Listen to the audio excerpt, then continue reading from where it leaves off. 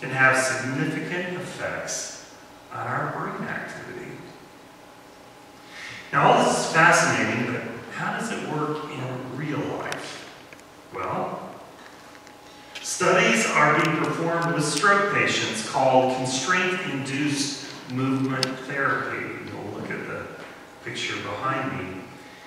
In the therapy, a person with a deficit in one limb is encouraged to use that limb as much as possible, while the other limb, the good one, is constrained. All the while, there are lots of positive consequences given. What is being found is that through this therapy, there is a substantial change in brain activity when the impaired limb must be used, especially when a lot of reinforcement is being given. It is possible, then, to change the activity of our brains, our motivations, our very function, by changing the way we do things and the consequences we realize. So on Wednesday nights in Lent, we are going to look at the increasing problem of homelessness and identify those things that have historically gotten in the way of our following Jesus' command to look out for those less fortunate. And here's where it gets really interesting. We know that we can change our brains by doing different things and then experiencing positive consequences at the end. What if we could change our hearts as well? If we look back at Dr. Schneider's data, we see that when we constrain what we know to work well, or what is most comfortable, we are forced to do what is outside of our comfort zone to achieve the desired consequence. The results, as we've seen, is that taking part in this activity that is unusual to us changes us physiologically. First, it makes a difference in our brains. That's what all this research is about. In the church many of us grew up in, the churches, I should say, we've set ourselves apart. That's what we were told.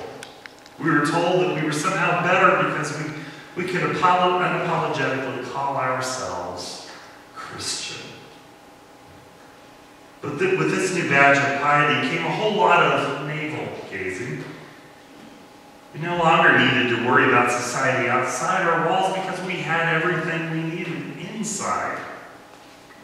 Our own little Christocentric bombshell, if you will. Our own little pious bubble. But we know now that when we do God's work, really, and we follow Jesus' teaching earnestly, we must go outside these walls where real Christian ministry exists. This means getting out of our comfort zones and doing the hard work of loving and caring for others. Before long, we will experience our brains being affected and our minds being changed. Second, I believe it does make a difference in our hearts. I'm not suggesting that the cardiac muscle gets a boost from doing God's work.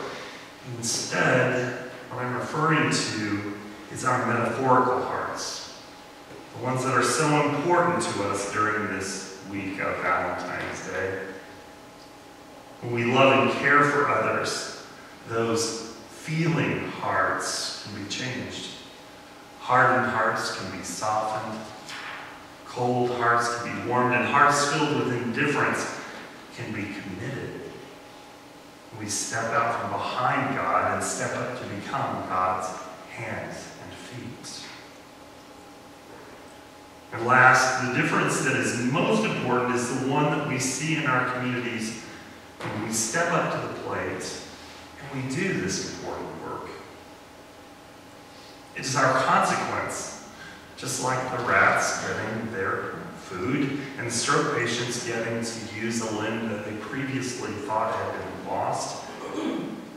Our consequence is seeing a community or nation or world that is transformed into a better and more just place because we are doing God's work.